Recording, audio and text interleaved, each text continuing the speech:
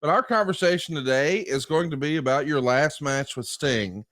Boy, there's been so many big moments with Sting, whether it was the very first Clash of the Champions, the famous angle where he was or wasn't a horseman, Great American Bash 1990, where you sort of pass the torch.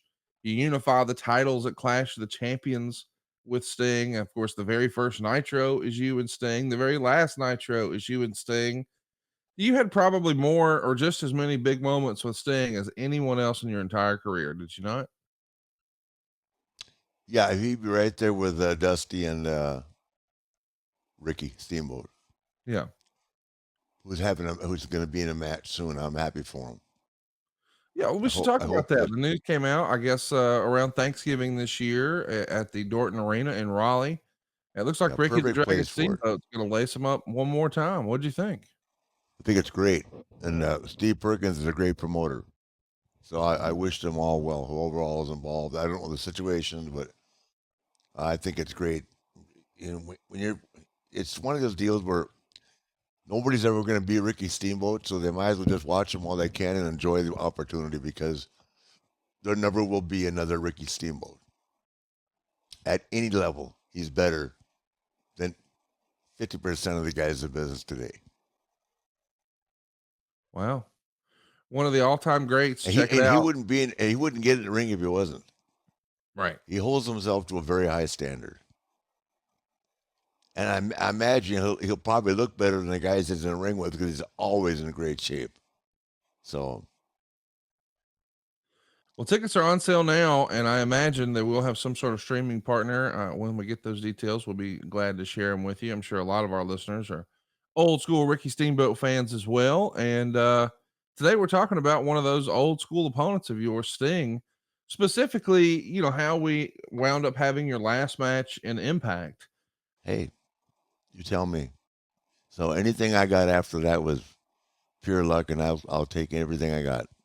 But what's funny, this is a very strong comment.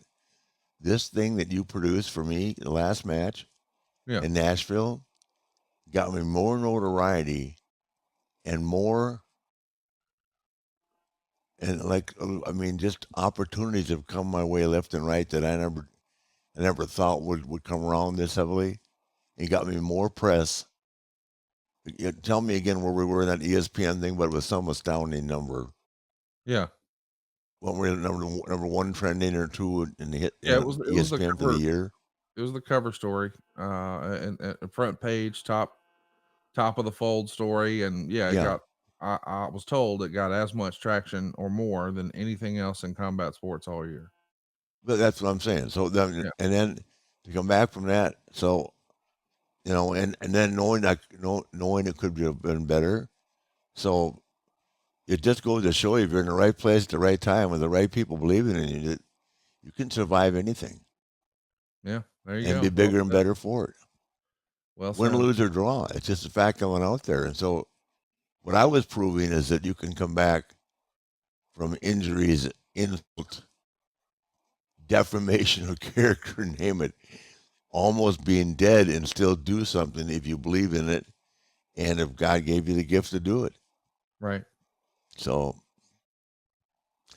anybody didn't like it, I would pop the guys' names out and say something that would be so hurtful and hard on them they'd have to crawl in a hole, but I won't. So for those of us that didn't enjoy it, kiss my ass. Kiss my ass. You know what I'm talking about. A Yeah, I know couple of guys exactly. cracked on it. I didn't even know we're still alive.